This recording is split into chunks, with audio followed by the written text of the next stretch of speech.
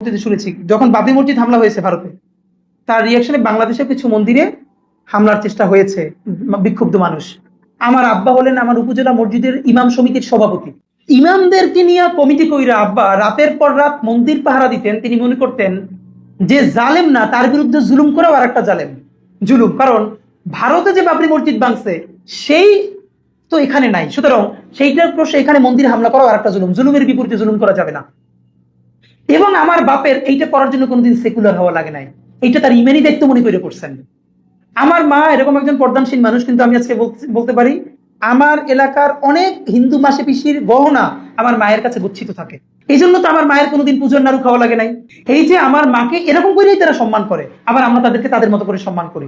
এবং দেখেন বাংলাদেশে কি পরিমাণ এইগুলো নতুন সাম্প্রদায়িক সম্প্রীতি ছড়ানোর জন্য করা হয়, যা জীবনে লাগে নাই। আমার বাসার 5 মিনিটের দূরত্বে মিনিমাম 5টা মন্দির।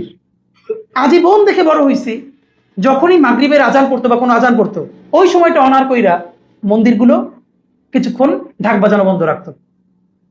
আবার আমার আব্বা পুরো পুজোর 3 দিন 5 দিন সারাক্ষণ খোঁজ রাখতেন যেখানে কোনো ধরনের অঘটন ঘটানোর প্রচেষ্টা করতেছেন কিনা। কারণ মুসলিম মেজরিটির ইমানি দায়িত্ব হইল তার মাইনরিটিকে রক্ষা করা।